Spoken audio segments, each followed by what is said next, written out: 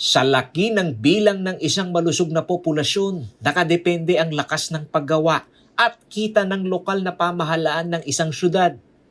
Ganito ipinaliwanag ni Mayor Crisostomo Garbo ang pagbibigay importansya sa 9th Cityhood Anniversary ng Mabalacat ngayong July 21, 2021. At sa malaking pondo na nakukuha ng syudad sa national government sa pamamagitan ng Internal Revenue Allotment o IRA, ang investment ng lokal na pamahalaan ay dapat umanong mas malaki sa tao.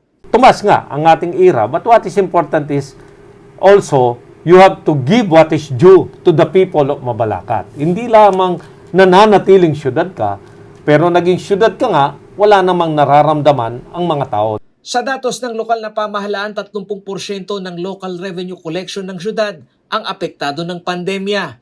Ito yung mga negosyo sa loob at labas ng Clark sa Mabalacat. Bilang chairperson ng Metro Clark Advisory Council, ayon kay Garbo, ang mga bagay na may kaugnayan sa healthcare system na may direktang implikasyon sa lakas ng paggawa ay kailangang bigyan ng prioridad ng syudad.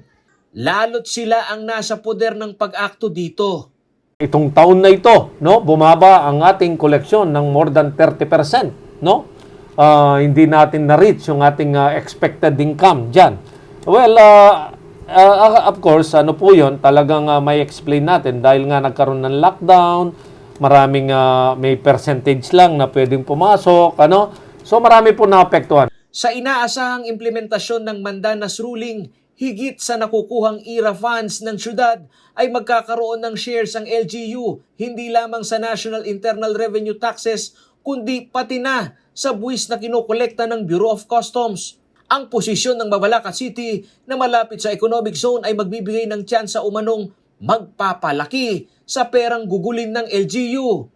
Pagtataya ni Mayor Garbo, higit 300 milyong piso ang inaasahang madadagdag sa koleksyon ng syudad.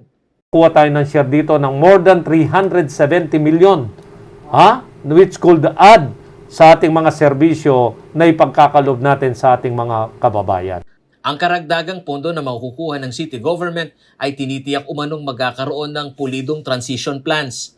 Dito binabanggit ng alkalde na may pag-aaral na sila sa fiscal and technical capabilities ng lokal na pamahalaan sa pagdetermina ng mga prioridad ng paglalaanan ng pondo. Gaya umano ng malaking investment ng syudad sa tinaguriang Pampanga Technopark na magpapalakas sa industriya ng paggawa sa Mabalacat.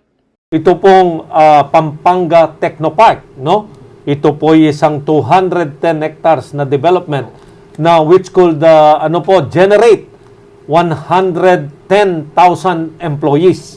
Inaasahan ngayong darating na July 26, 2021 ang huling State of the City Address ni Mayor Crisostomo Garbo. Sinabi ni Garbo sa news team na hindi niya ito iaakyat sa tila pangangampanya. Bagkus, ang magiging tampok ay ang plano at estado ng pandemic response ng lokal na pamahalaan. Paolo G. Santos, CLTV News.